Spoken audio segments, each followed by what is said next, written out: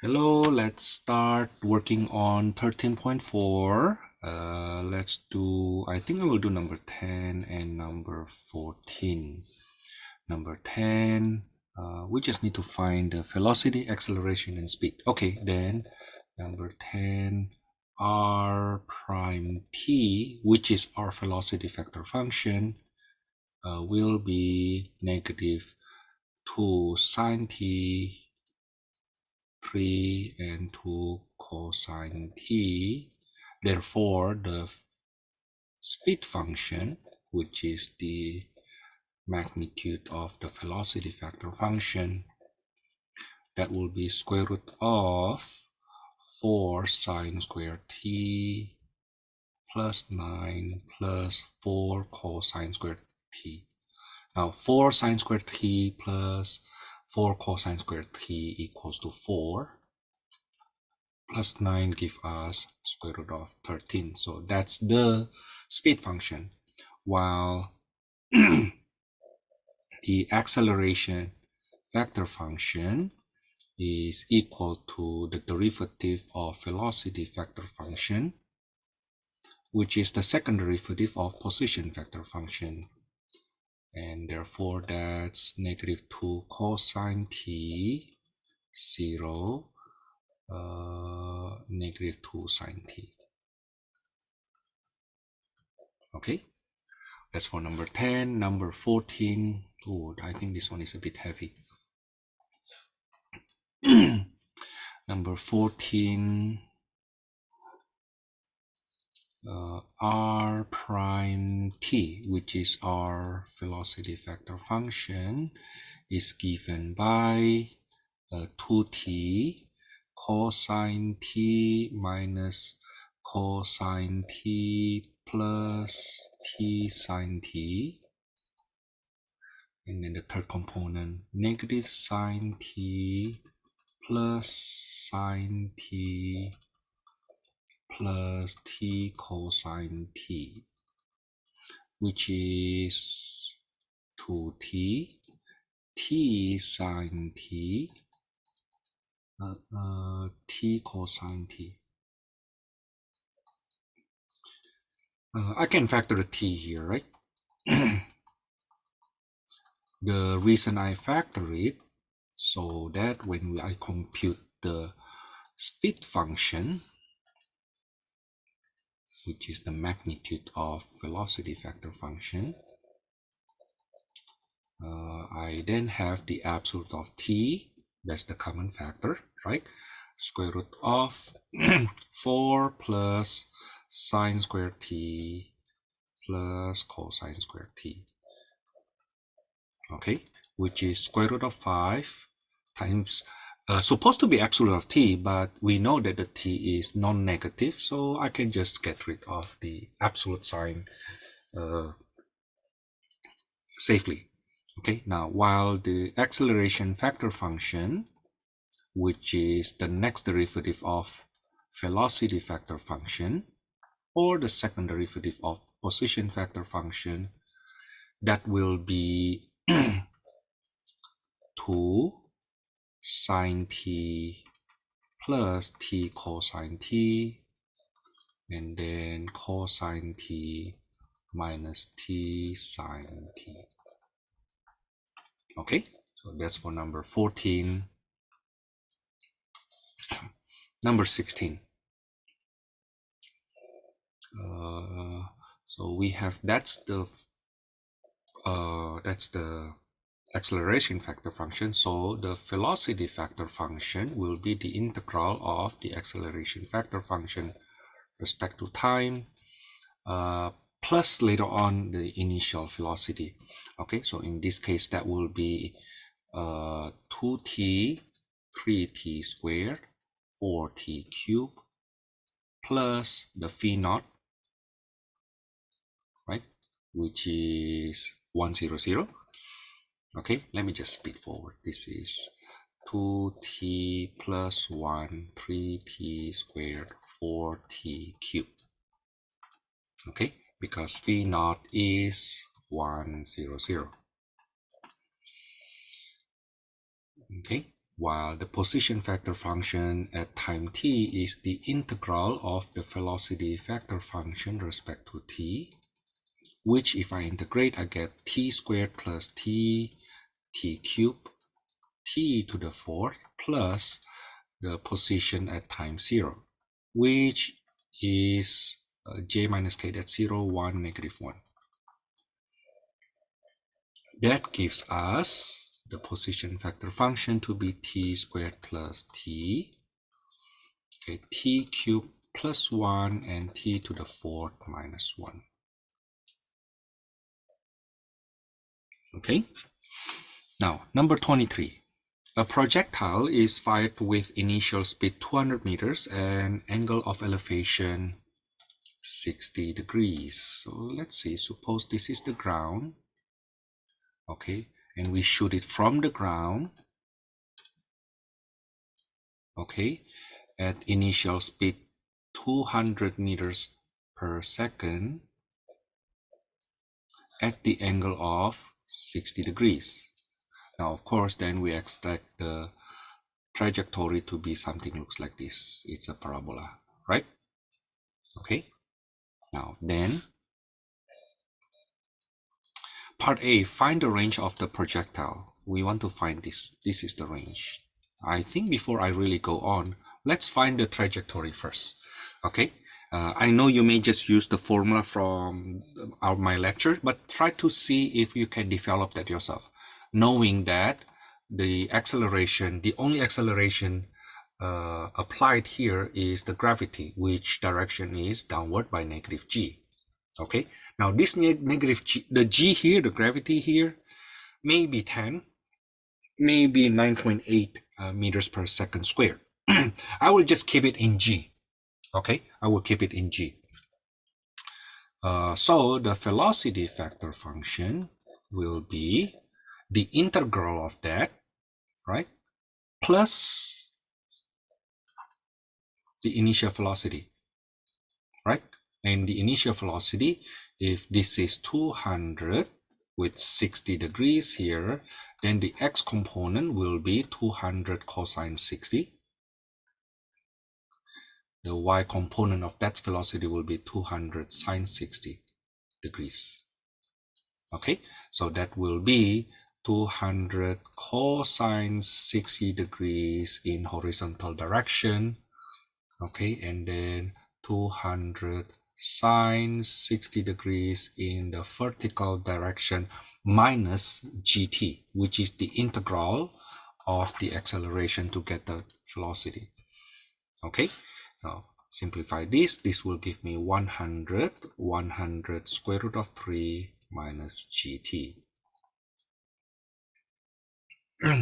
Okay, the way we get that vt is actually the integral of acceleration factor function, whatever you get that, plus the velocity at time 0, right? And the velocity at time 0 is this guy. Okay, that's the velocity at time 0.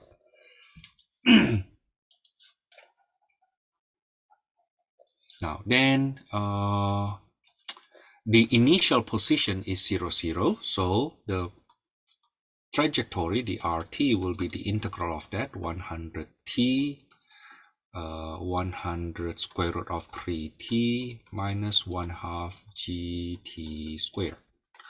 Now that's the trajectory. Now then, part A, what is the range? Okay, you find the range when the height goes back to 0. So I set the y component of the trajectory to be 0.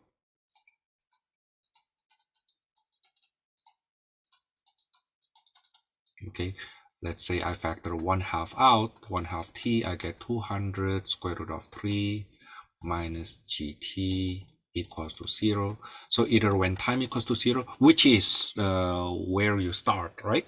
When time equals to 0, you start from the ground. And when t equals to 200, radical 3 over g. Okay, seconds.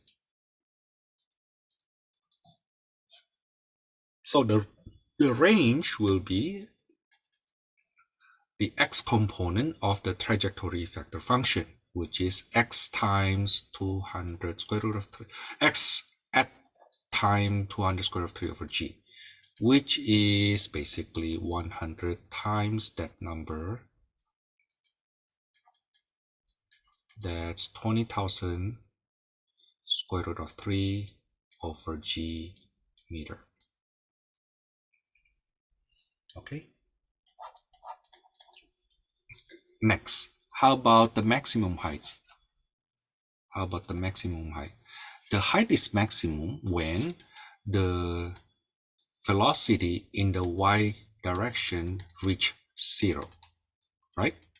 Okay, so 100 square root of 3 minus gt equals to 0. You will see t equals to 100 square root of 3 over g, which, if you think about it, this time here is exactly half of the time needed to reach back to the ground.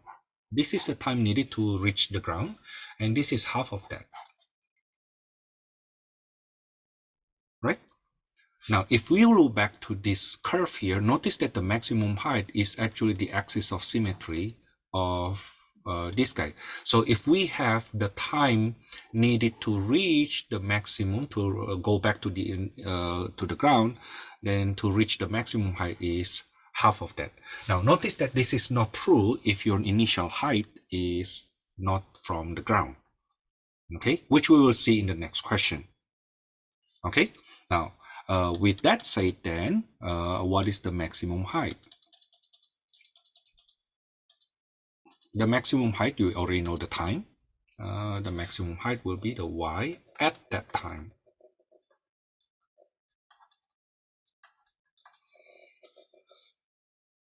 Okay, which is 100 square root of 3 times 100 square root of 3 over g minus 1/2 gt squared.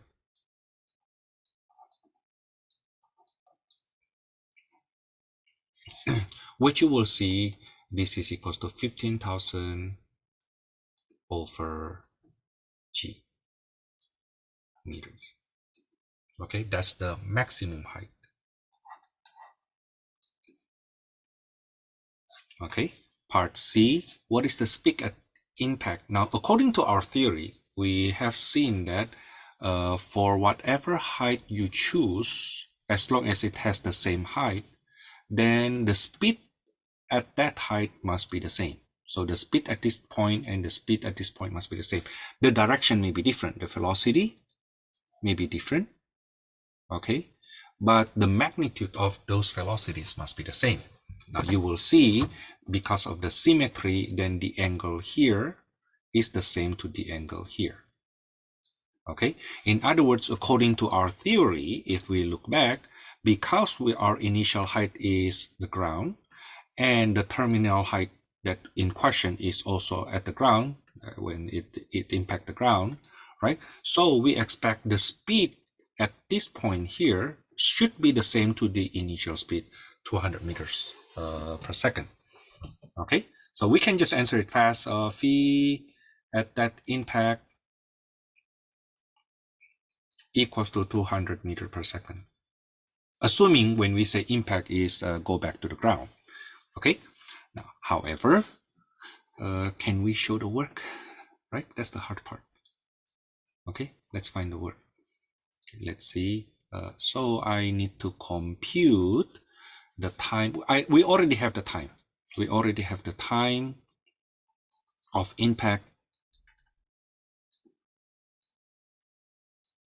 from part A, that is 200 square root of 3 over g. So the velocity at that time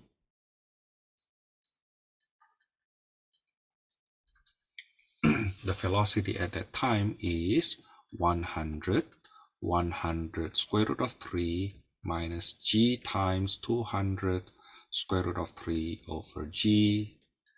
That gives us 100 negative 100 square root of 3. Now I hope you realize that that factor here, the terminal the velocity factor at the impact is the same with the initial one. It's just that the y component is opposite. This is the initial speed. This is the terminal speed. Okay, and notice that it has the same factor except that the y component is on the opposite side. Remember, this is for the case where the starting point, it starts from the ground, so we suddenly have that symmetry, and that symmetry helps our computation. Okay. Now, of course, because it has the same component, then the velocity at time t, the speed at time t must be the same. The speed at that time, 200 radical 3 over g.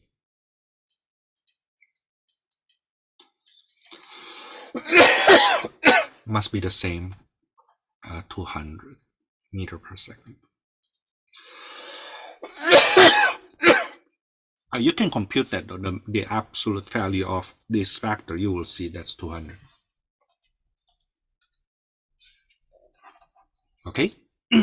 Now let's go on with the next question, where we basically encounter the same situation, except that the position, the initial position, is now at 100 meters above the ground. Pictorially, we have this. So let's say this is the ground, right? You start 100 meters above the ground, and then you shoot at angle of elevation 60 degrees, okay, with initial speed 200 meters per second. So the trajectory will look like approximately like this, okay, where we have the symmetry at height 100. Okay, so from here to here, we do have the symmetry. Okay, we have that symmetry, but of course, then when it hits the ground, we don't have that symmetry anymore, right? And it at the same time, you will see that it will hit the ground slightly with some time more than if we start from the ground. Okay. Now let's start the computation. You will see that initial velocity, the acceleration and then the velocity have the same situation as what we have in number 23.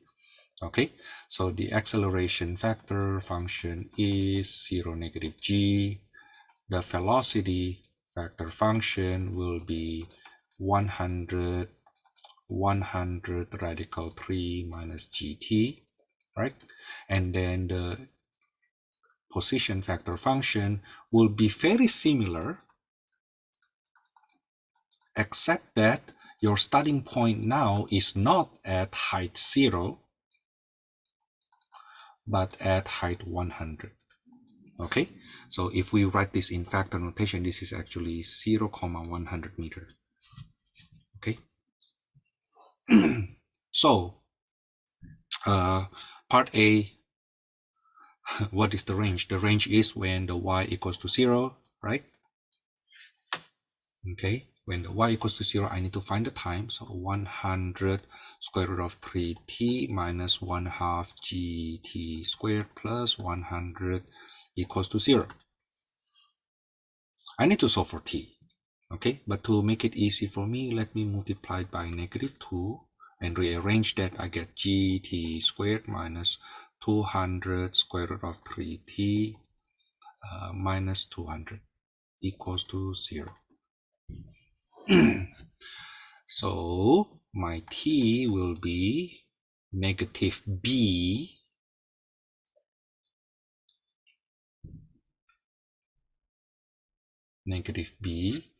plus minus square root of b squared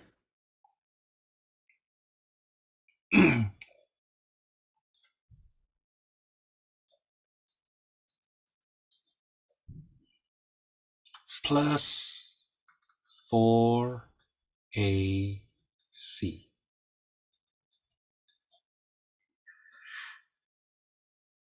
over 2g.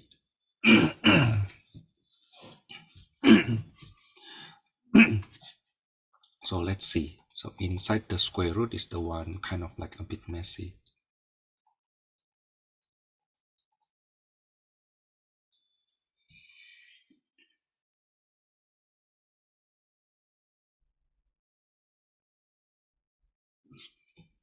This will be 3 times 200 squared plus 200 times 4 times g. I purposely don't multiply that in because I plan to factor something out. I think I will factor 400 out. Yeah, I will factor 400 out. If I factor 400 out, then oops, I will get square root of 400. The reason I choose 400 because the square root of that is a nice 20. Okay, if I pull 400 out from there, I will get in the first term 300, right? Plus 2g over 2g. Now then, if I make it a bit nicer, 200 square root of 3 plus minus 20 square root of 300 plus 2g over 2g simplifies to be 100 square root of 3 plus minus 10 square root of 300 plus 2g over 2g. Okay, now notice that, of course, the time has to be positive, right? Since t has to be non-negative, then we will only take the positive branch. I'm sorry, I already divide by 2, so I don't need that 2 on the denominator anymore. Okay, so the time will be 100 square root of 3 plus 10 square root of 300 plus 2g over g.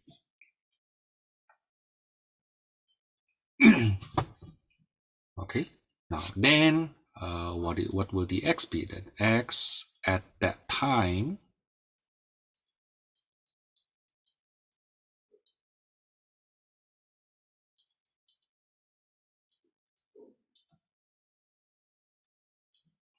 is, let's take a look. The x component is 100 times the time, right? So this will be 10,000 square root of 3 plus 1,000 square root of 300 plus 2g over g meter. Okay.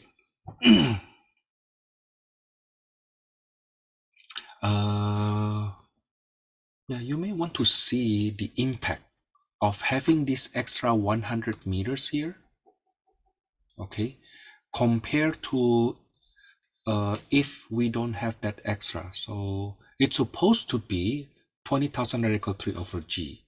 So this part here is 20,000 radical 3 over g, right? Which is the case, exactly the same if we only take this part over g. Okay, so the extra part here, this extra part here comes from this contribution of this. Okay, not really linear though. I cannot say, oh, you know, the extra part here is 1,000 square root of 2g over g. No, that's not what I'm saying. Okay, but we have that extra because we have extra range here. That's solely because of the extra height that we start earlier. Okay.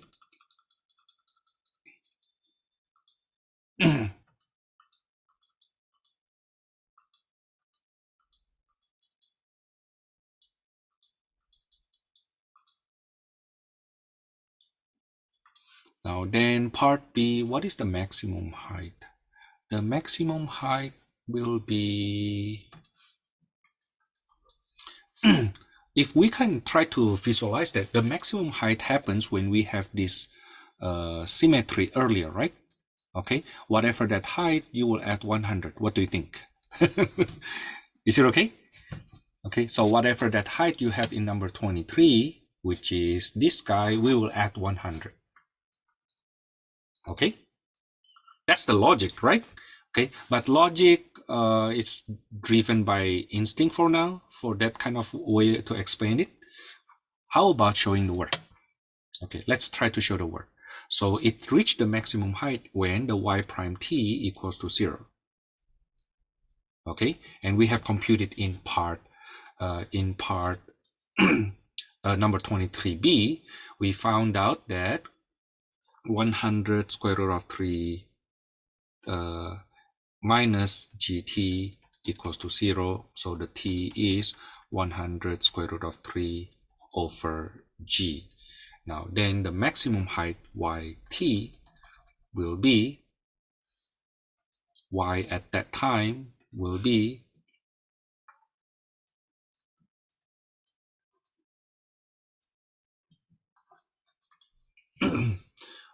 100 square root of 3 times the time minus 1/2 g times the t squared plus 100. Now notice that the first two terms we have here, actually give us the height that we originally have in number 23, which is 15,000 over g. Is it right? Now plus 100 meter. Okay. So our intuition was okay, but the thing is, like, when you show the work, intuition doesn't matter though. I mean, you need to show the proper work. Okay. Now part C.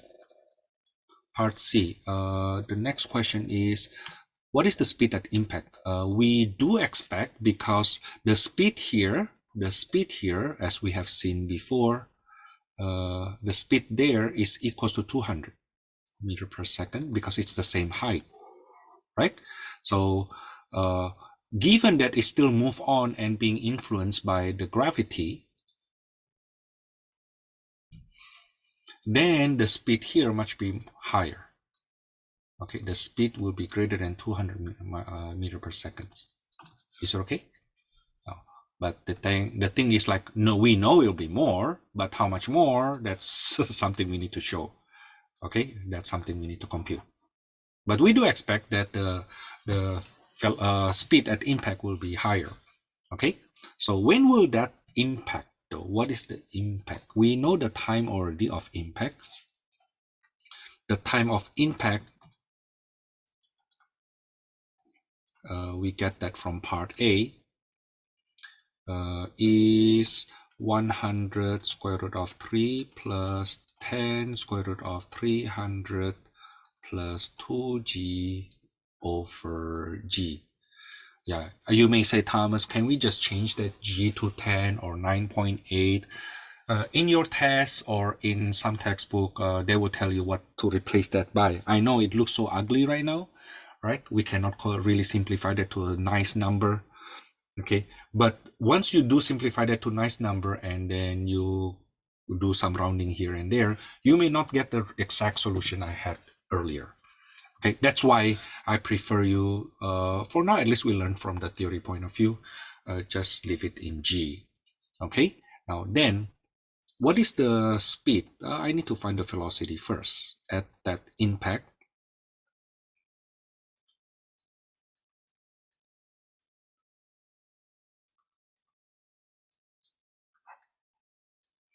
That's equals to, if you see the velocity factor, that's 100 square root of 3 minus gt, right? You will see the g cancels, and then after that g cancels, the 100 square root of 3 also cancels, right?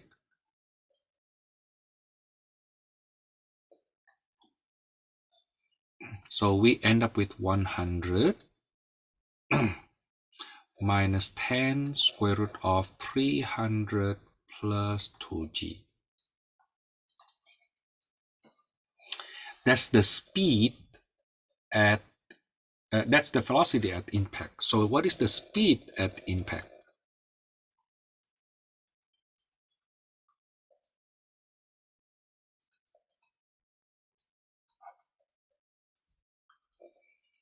The speed at impact, oh, you know what? I can factor the 10, huh? I hope that's helpful. You will see how helpful it is, that we don't need to deal with larger number. Then if I do the absolute there, that's 10 square root of 10 squared plus negative square root of 300 plus 2g being squared.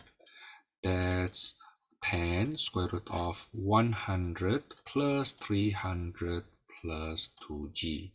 So the speed is 10 square root of 400 plus 2g. Okay, that's the speed at impact.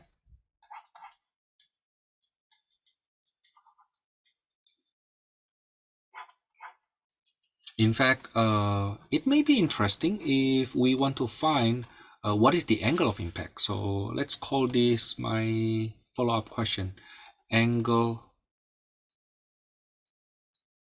of impact. Okay, if we look back here, okay, the angle at 100 meters high will be 6 degrees, right? Well, at impact, because you still have extra gravity to pull it down while the horizontal velocity is constant 100, then you will see the angle here will be greater than 60 degrees, right? Okay, it will be greater than 60 degrees. But what will that be? What will that be? We look at the velocity at impact and form a tangent inverse of that. So the angle theta, let's say the theta of the impact is tangent inverse of the y component. They have common factor 10, so I will just use negative square root of 300 plus 2g over 10. Okay, we will get negative angle, but that's simply because it is in quadrant -1, right? Okay, you can use your calculator later on if you get your g, but we can see here that this is negative tangent inverse of something more positive than just 10 square root of 3 over 10. This guy is less than square root of 300 plus 2g over 10. Is it right? Okay, so you will see if tangent inverse of this guy give you 60 degrees, then tangent inverse of that guy must give you something more than 60 degrees.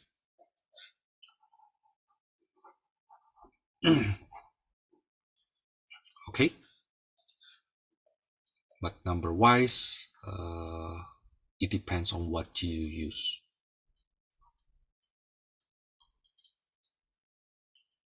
Okay, that's the angle of impact. Now let's see more. Find tangential and normal components of acceleration factors. Let's remind ourselves, what are those? If I have a trajectory like this, then at this point here, let's say this is RT, then R prime T looks like that, right? At that point. Okay, which is our velocity vector function, and our acceleration vector function may look like, let's say it looks like this.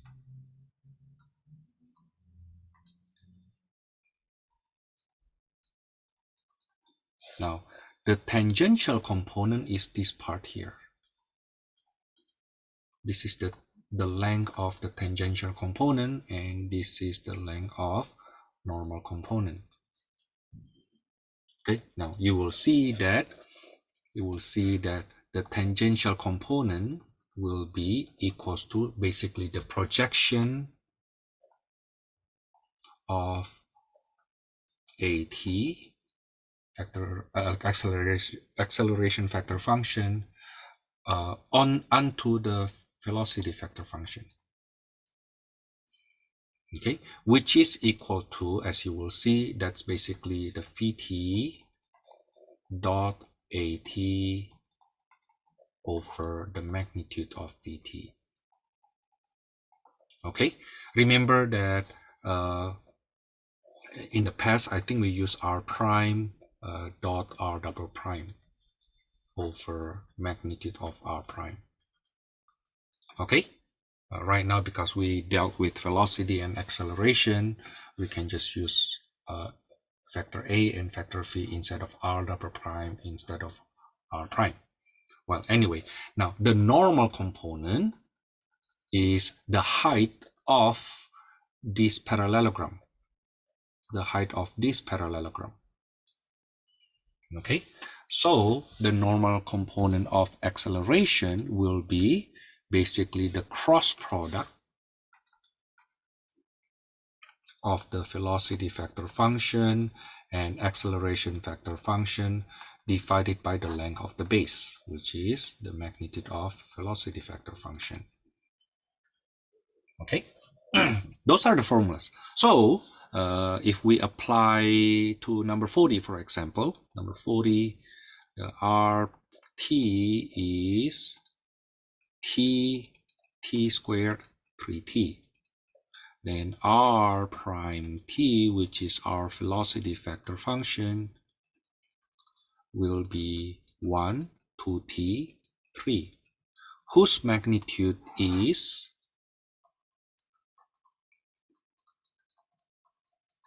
square root of 1 squared plus 2t squared plus 3 squared. That's square root of 4t squared plus 10. While the acceleration factor function is the second derivative of position factor function, that is 0 to 0. Right? So what is the dot product? The dot product of Vt and At will be 0 plus 4t plus 0.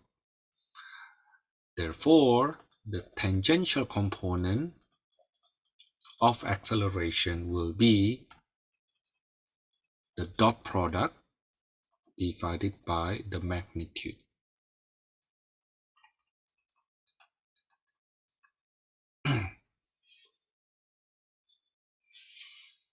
Okay, now then how about the normal component? I need to do the cross product first. So Vt cross At, that is Ijk of 1 to t3 and then 0 to 0.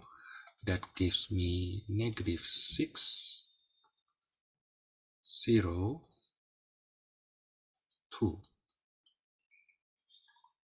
Okay, whose magnitude is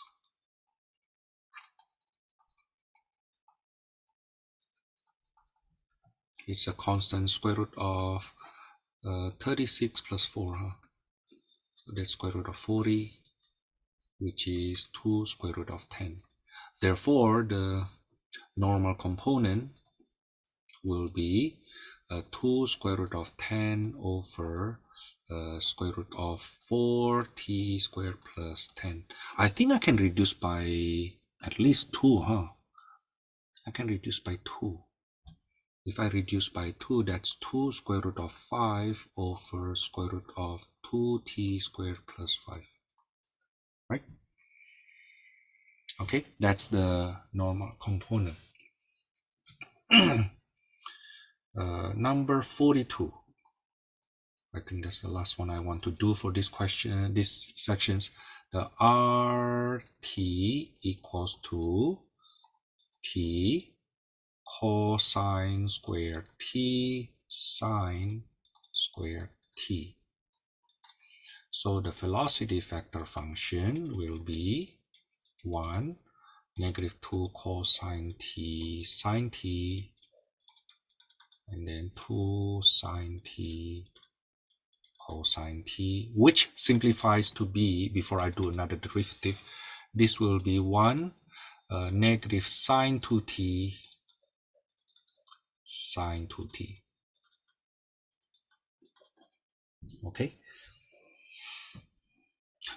Actually, if you think about it, let's step back a little bit. Notice that I can rewrite the position factor function using double angle formulas for the second and third component, which is 1 plus cosine 2t over 2 and 1 minus cosine 2t over 2. I hope that actually explains why the derivative looks that kind of nice. Okay, now then the velocity, the magnitude of the velocity will be square root of 1 plus sine squared 2t plus sine squared 2t. That is square root of 1 plus 2 sine squared 2t. Okay, now the acceleration factor function, that's another derivative, that's 0. Negative 2 cosine 2t and 2 cosine 2t, which I actually can factor the I can factor that, huh? So 2 cosine 2t, 0, negative 1, 1, right? Why do I want to do that? Well, because when I do my phi t dot at, right, I can do the dot product and then with common factor 2 cosine 2t. Okay, when I do the dot product, I get 0 plus sine 2t, right, plus sine 2t. How do you get that, Thomas?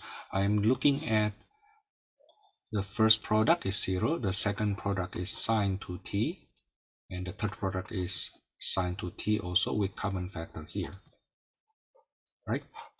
Okay. Otherwise, you just do it long way, okay, so that you see what I have. This will give me 2 cosine 2t times 2 sine 2t. Oh, I think this is actually 2 times sine 4t, huh? Which implies the tangential component of acceleration is 2 sine 4t over square root of 1 plus 2 sine squared 2t.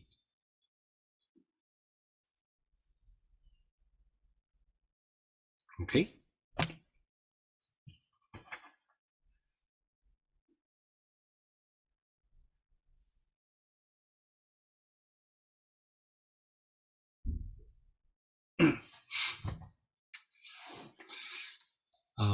By the way, if you remember the power reduction formula, you will see that I can play around a little bit further, which is not necessary actually. It says square root of 1 plus 2 sine squared 2t is 1 minus cosine 4t, by the way.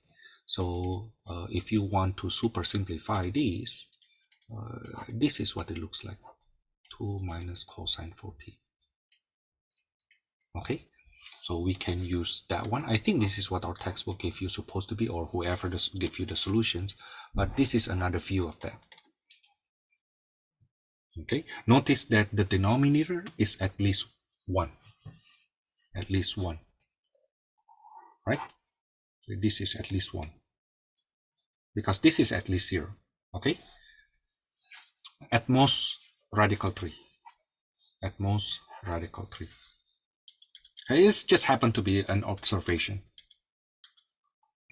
Okay, now let me go on. How about the cross product? Let me just do it here. So velocity factor function cross acceleration factor function, that will be the ijk.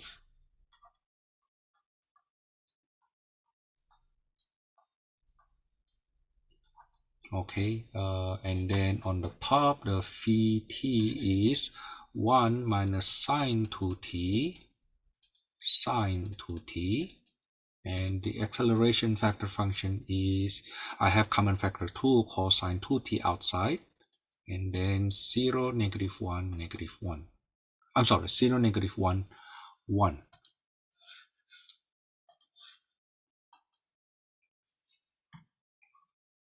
right?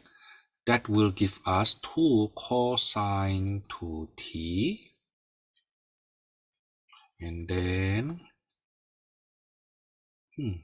that will be 0, huh? 0, -1, -1. Is it right?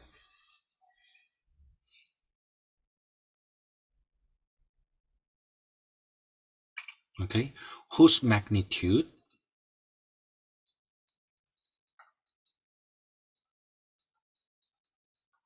is absolute of 2 cosine 2t times square root of 2, right?